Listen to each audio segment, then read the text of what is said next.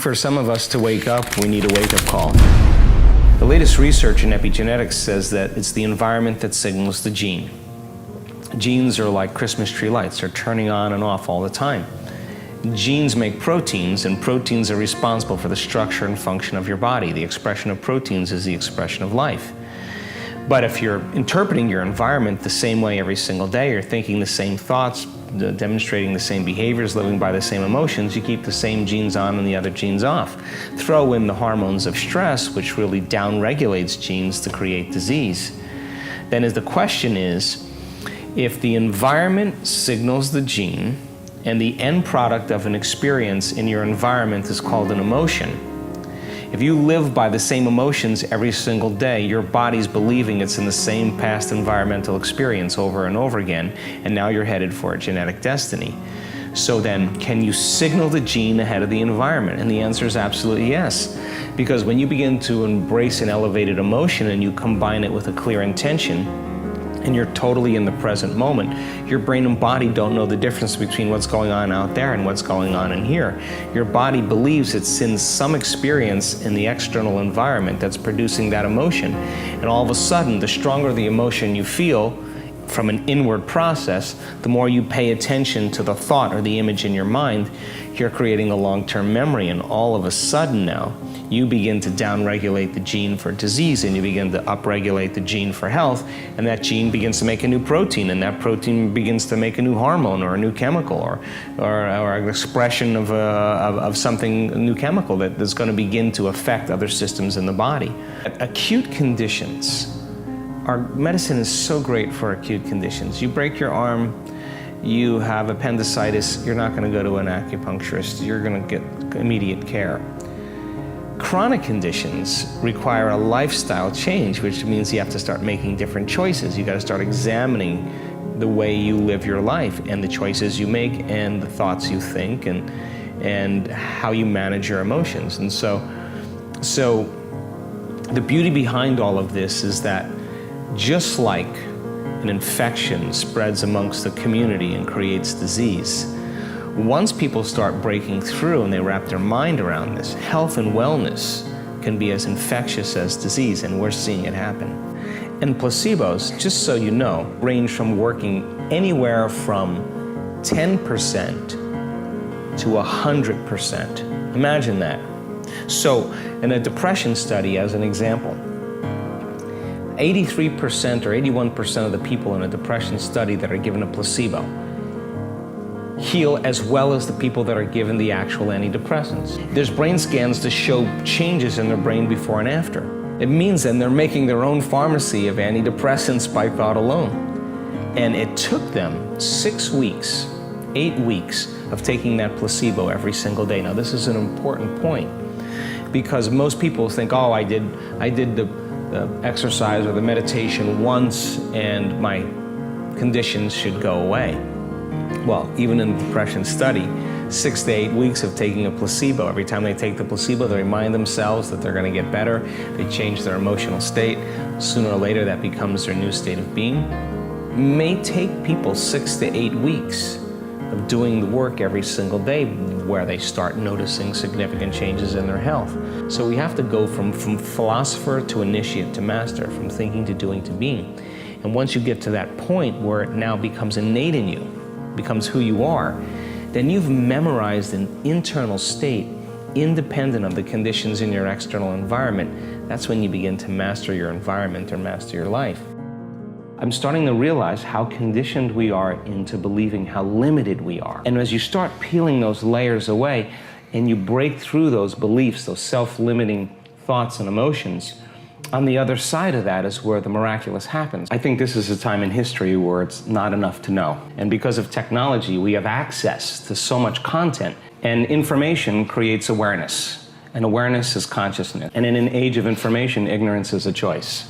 There's an energetic change, I think, that's taking place in the world right now where people are so informed that old models, old paradigms are beginning to break down, whether it's the medical model or the religious model, the education model, journalism, the economy, politics, it's all beginning to come to the surface because something else has to come out. And 10 years ago, information was the thing that stimulated thought, stimulated new ideas. And as we learn new things, we make new connections in our brains. So as we begin to add new stitches into that three-dimensional tapestry in our mind, we're beginning to cause our mind to function in new ways. But the key then is to apply it. You just got to understand the formula. And just like any skill or anything you learn, you got to go from thinking to doing to being. You got to take knowledge, you create the experience, and if you keep doing it over and over again, you start getting a skill, or you start getting wise about how to do it. And you know that you know how to do it. In the last 10 years, we have assembled a scientific team. And let's see if you can really make significant brain changes. I don't want those changes to just be in your mind.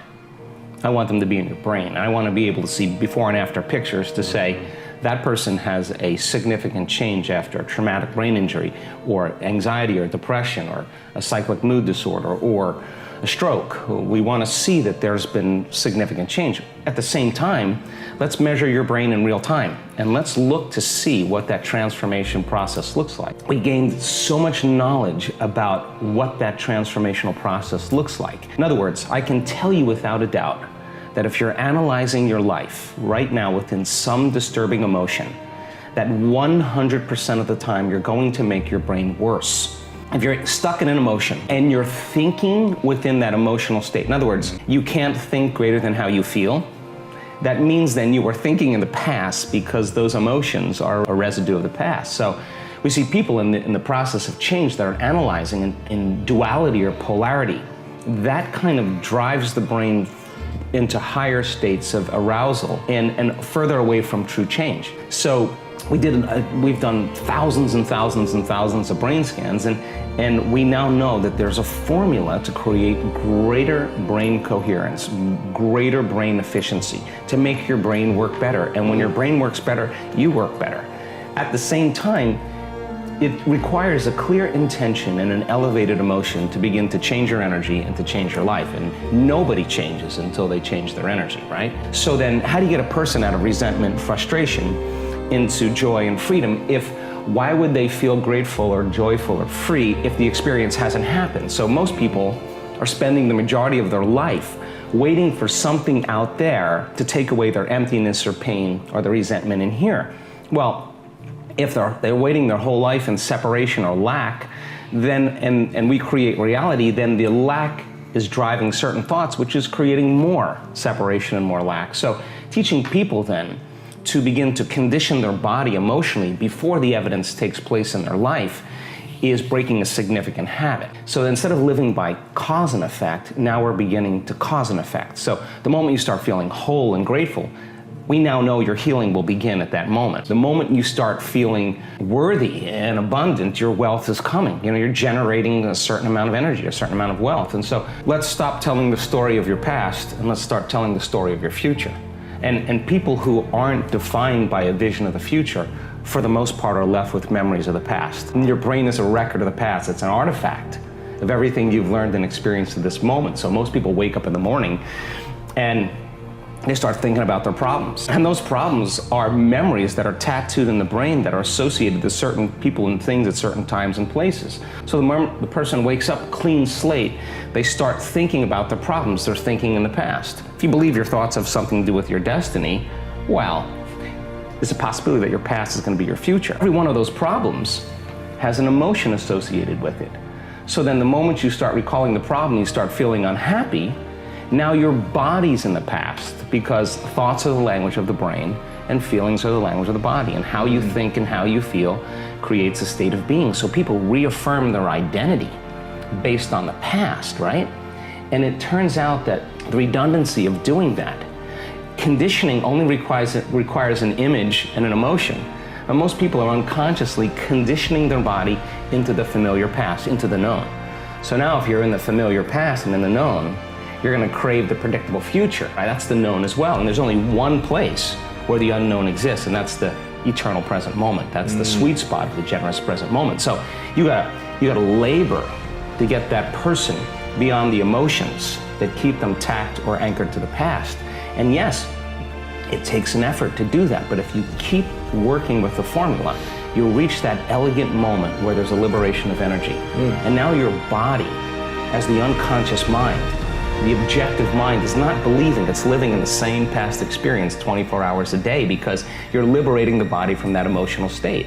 So you ask a person, why are you so unhappy? Why are you so frustrated? Why are you so resentful? The moment you ask that, their brain is going to associate that emotion to a past event. That's because they have nothing to look forward to in their future. So if you're not being defined by a vision of the future, it just means to me that you're more in love with your past than you are with the future. So how do you teach people to believe in a future that they can't see or experience with their senses yet, but they've thought about enough times in their mind that their brain is literally changed to look like the event has already occurred? The latest research in neuroscience says that's absolutely possible. We know that.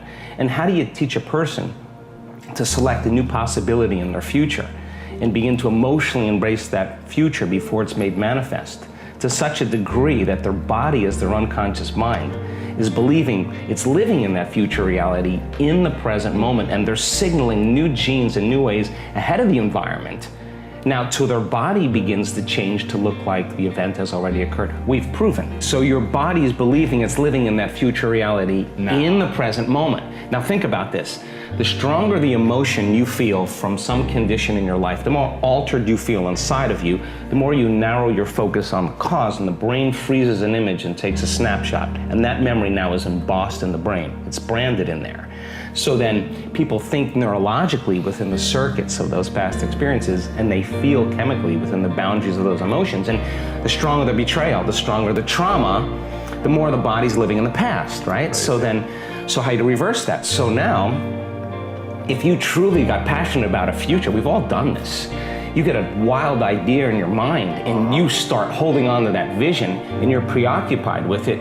All of a sudden, the thought in your mind becomes the experience, and you start feeling the energy of the future. Now, the stronger the emotion you feel from that vision, the more you're going to pay attention to the picture in your mind, and now you're remembering your future. And vice versa, the stronger you pay attention to the feeling of the past pain, you're going to create the pain in this moment. Exactly. So then it requires a coherent brain, and we now know that there's a formula for that, and we've got beautiful research to show that people can do it. They just have to practice. And it requires a coherent heart. It just requires getting still, closing your eyes, putting your attention on your heart, changing your breath so that you move into the present moment. And when you slow your breathing down, you slow your brain waves down. When you slow your brain waves down, now you're accessing your autonomic nervous system. So then you train a person how to open their heart and feel an elevated emotion. And it takes a little practice. And just like a flower that takes time to bloom, trading the resentment, the frustration, or the impatience for gratitude, appreciation, and thankfulness, and you keep at it, there'll come a moment where that system switches on, and now you're feeling grateful for no reason at all. In 4 days, we now know that you can change your genetic destiny if you just practice the inner work. See people with stage 4 cancer, with Parkinson's disease, with myasthenia gravis, with lupus, with MS, with brain injuries, with rare genetic disorders, with vertigo, tinnitus, kidney failure, all kinds of health conditions, come to a week-long event, and then at the end of that event, they make significant strides in getting beyond the emotions of the past. Now think about this. The science says that the environment signals the gene, that's epigenetics. The end product of an experience in the environment is an emotion. So as long as you're living by the same emotion every single day, you're signaling the same gene in the same way. And if that gene is related to a survival emotion, a stress hormone, then you're down-regulating the gene and you're creating disease. So when the person trades that emotion and really breaks free from the chains of their past, and now they're feeling an elevated emotion, well, now they're dialing down the gene for MS, and they're up-regulating the gene for health and balance. And so the person, you'll say to them, where's the disease? Well, I'm not the same person. I'm not this. And the side effect of that is a transformation and healing. So the funny thing about it is the person who has the healing is not talking about the healing. What they're talking about is how amazing they feel. problem is the moment you start feeling emptiness or lack, your brain is going to start to look for something outside of you to take it away. The problem is that normally the stimulation that's created from those outer things give the body a rush, and so the receptor sites in the cells recalibrate. So you need more the next time to turn it on.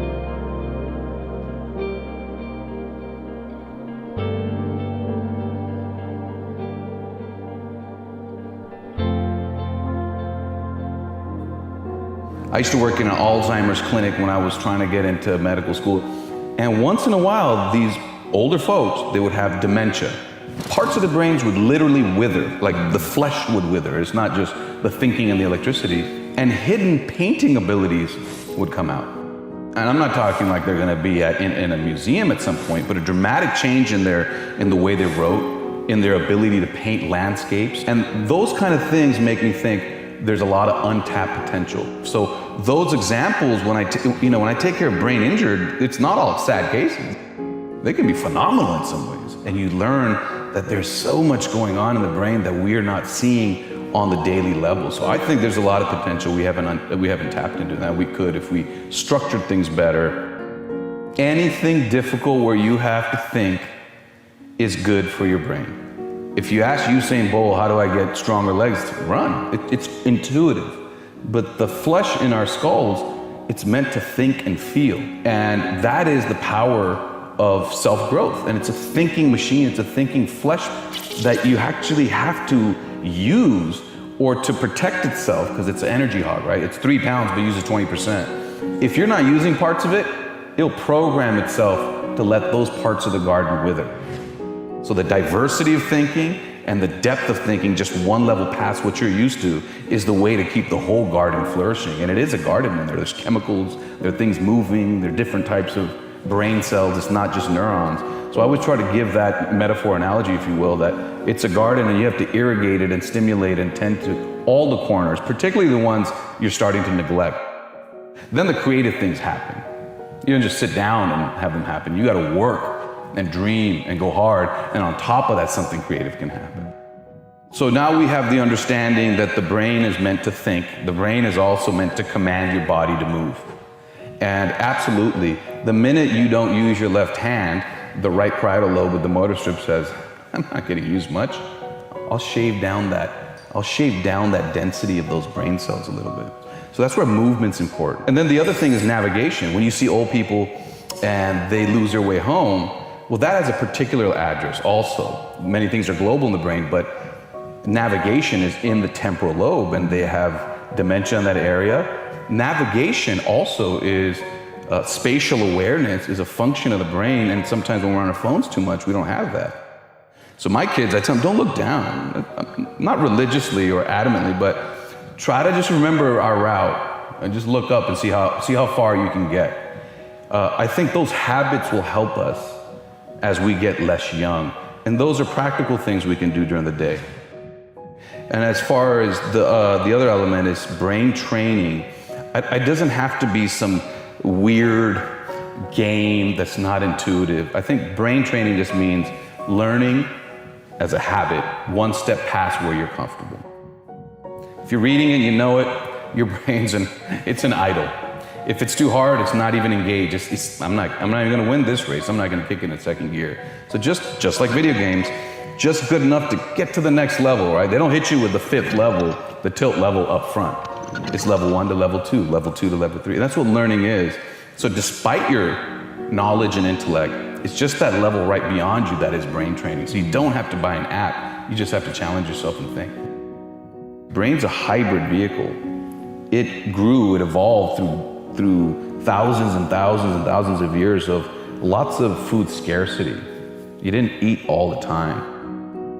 And so it's got a backup mechanism called ketones. So after 16 hours, if you don't put glucose in and the liver's done releasing the glucose it's held onto through glycogen reserves, then it'll start burning fat. It'll clip off those oxygens and hydrogens, and they'll make ketones out of it. Intermittent fasting can also help you lose weight. I think that's why most people are interested in it. But it's the way the brain prefers to get its fuel source. And it's based on a diet lessons about dieting learned through controlling epilepsy and seizures in kids in areas where there's no medicine. Now, intermittent fasting is back and forth, glucose and then ketones, glucose and then ketones. But for kids, if you just get them almost nearly all ketone as the source that goes up to the brain through an all-fat diet, their seizure rates go down. So that's proof that food changes mind. So this whole myth about you only use 20% of your brain, no, we use 100% of our brain, and pictures show that. But to get things done, we might only use 15, because efficiency is about ruts, like dominoes falling in a certain path. And the best way I can explain it is, as you grow, the brain, the way the electricity flows, the way the connections prioritize, is a bit like skiing down a mountain, creating these electrical grooves of sort, where if you see something, you see a cliff, fear, it goes down a certain path.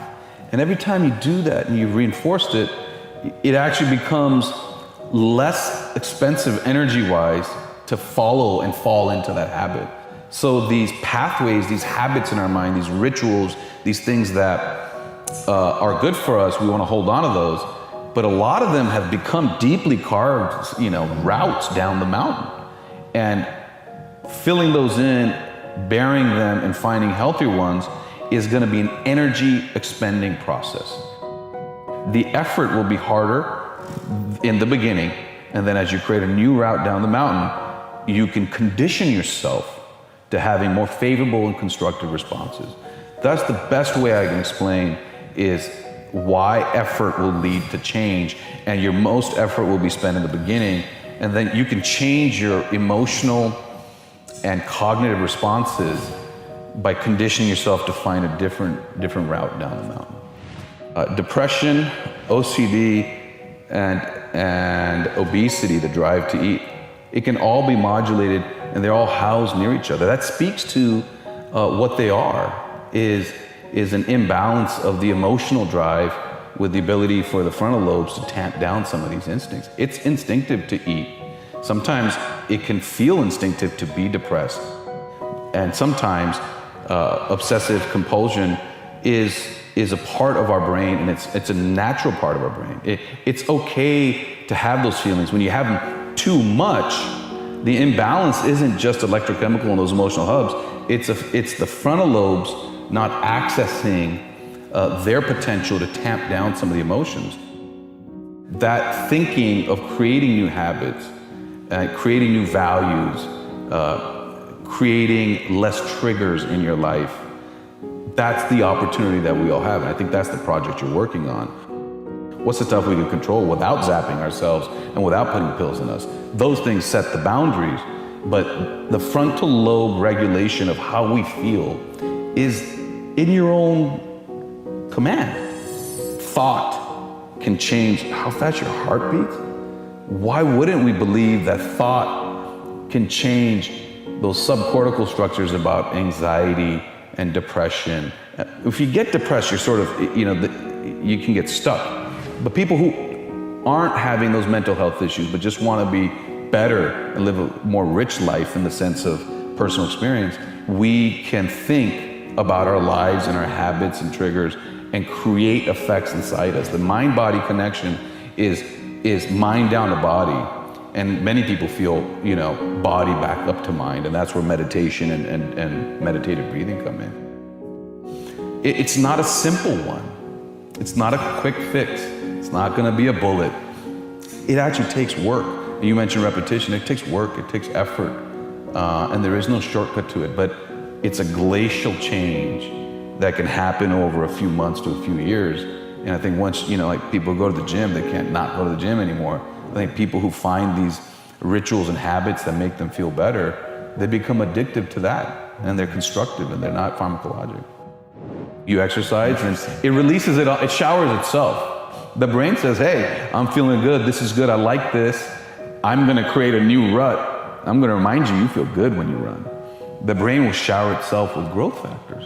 There are growth factors. The brain says, hey, the electrochemical balance is better with those. So I think that's where you get the runner's high. It's not just adrenaline. It's not, dopamine's a happy chemical. I'm jacked up, I'm on adrenaline. It's just such a complex ecosystem. And rather than feeling intimidated by that, to me, I just see opportunities on how people can, improve their lives. Changing what shows up on the counter is powerful. And if we ate less and if we ate efficiently and we did, it's a less carbon imprint, I think all of those things, it's good for the planet, it's good for us, it's mind and body, and then it's also communal. Then it goes to the next generation. It's not just something I did. And then I think it can perpetuate, so it's not just an individual thing. 400 years ago, the metaphor for the brain from the philosopher René Descartes was that it was like the nerves were like hollowed out plumbing, and currents moved up and down the nerves. And we still speak of currents, but now electrical currents. Then the model changed as we developed electrical machines to, something like a circuit board. But no one could conceive of a non-hardwired circuit board, so we started to think of the brain as hardwired. And now with a computer, people tend, in that master analogy, to think thought is something like the software and the brain is the hardware. But what we really find, if we just can speak about the brain on its own terms and not in terms of that metaphor, is thought actually can change the physical structure of the so-called hardware and its function. And once you realize that and dig into what the laws of that are, some very interesting possibilities arise. Because I'm a doctor, I started to look at what illnesses or conditions that people were suffering from could be changed. And part of that was to help those people, of course. And part of it was to test the idea. If it was really true, you should be able to change some illnesses. By the second book, I'm looking at some pretty substantial, severe neurological conditions and finding that they can sometimes be changed too. Not always, but sometimes, and sometimes radically. So it's a test of the concept. And at a certain point, the scales fall from one's eyes and you realize we've got a lot of things about the brain quite wrong.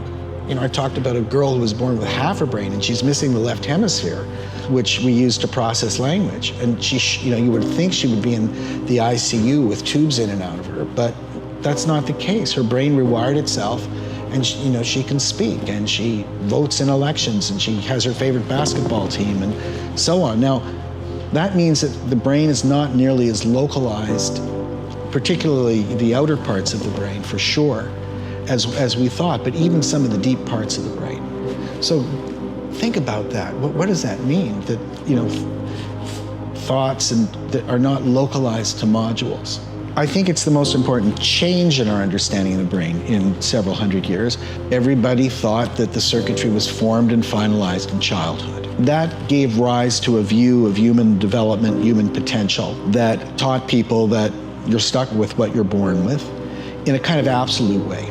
I mean, one case after another in my second book, people are told, your child will never get better, you will never get better, and so on. It's not possible. If you had a stroke when you were being born and you have cerebral palsy, that the assumption was that's it. If you tried to maintain your brain as you got older, that was seen as kind of a waste of time. But even if we're not talking in medical terms, your conception of what's possible, let's say in the second half of life, is radically altered when you understand that there's plasticity from cradle to grave. You can reinvent yourself in certain respects, take on skills you never dreamed that you could take on throughout the course of your life. That's an incredibly liberating thought. And not only can you, but if you don't challenge your brain, it probably won't maintain itself. So, the brain, just like the body, requires some intensive work just for maintenance. It's necessary to do that. All the little lies that you tell yourself about yourself, the limitations, the belief systems that hold you back, they hardwire and they become real. So there's really two kinds of pain. There's an acute pain, which tells you that there's damage to part of the body, and we don't welcome it, but it actually is essential for our survival. And some people who are born with a genetic tendency not to be able to feel pain, well, they tend to die very young because they'll hurt their foot, they won't notice it, and they'll die of an infection. Chronic pain is damage not only to the part of the body, but to the nervous part of the pain system itself. So what happened with Michael Moskowitz is he was a psychiatrist turned pain physician, and he had a number of mishaps or accidents. One of them had to do with a kind of a skiing accident, and so he wrecked his neck. Initially it hurt him just around the neck, but the nerve kept getting pinched over and over again. And so the brain got really good at registering that pain. And what was initially a kind of just a strong thrust of pain, lasting seconds, as the brain got better at processing it, the pain would last longer, and it started to spread from his neck to his head to his shoulders, and soon his upper back. And he was stuck with a chronic pain syndrome. Now, he started reading about plasticity at this time. And as a pain physician, he tried everything for that chronic pain. So he tried all the medications, which are problematic, to say the least. Nerve blocks, so injections into various nerves, and a lot of complementary things, all the ones he knew about. He was very open-minded, and nothing touched it. Most of us think that there's probably a pain center in the brain that registers all of this pain, but in fact, there's about a dozen different centers in the brain. And that's the first thing to know. But what's interesting about them is they're distributed through the brain, and they in general are dual purpose centers. So you may have noticed when you're in pain, you might be irritable and have emotional regulation problems, or you can't pay attention, or you can't do higher math. Now there's reasons for all of this. So one of the areas that registers pain also registers emotion.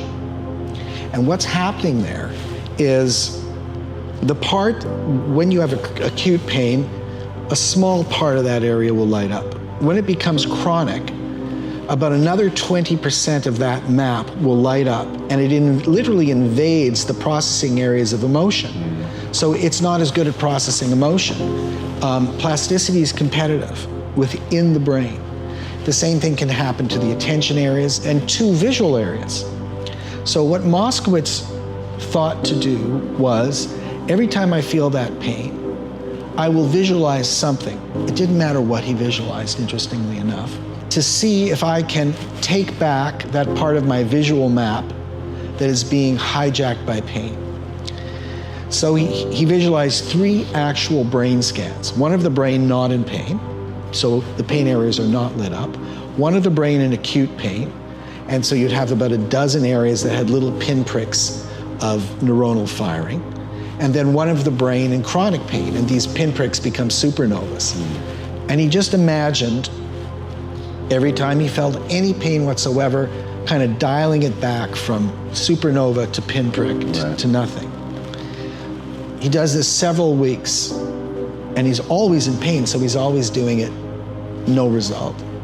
By the end of, another week, he notices he's, got about 10 seconds free of pain. This is after years of pain. Not even sure it was right. By the end of several months, he's got 15, 20 minutes free of pain. By the end of a year of doing this every time it comes up, he's off all his pain meds, and he's completely pain-free. Wow. He's destroyed his chronic pain syndrome. In my first book, I describe people working with obsessions and compulsions, and it's a very similar thing. They have recurring thoughts that just won't go away, and they really have to know that you measure the success of that day by just thinking about how much effort you put into it, not whether the obsession or compulsion went away or the chronic pain went away that day. Because you're creating like a new gear shift inside your brain that's being built up from scratch so that you have conscious control over this to change it. And that takes a while. The mindset should not be conceived of as simply whether you've got a reward today, but you understand that to be a human being, to have a brain, is to be a creature that learns. And a lot of learning is incremental and slow.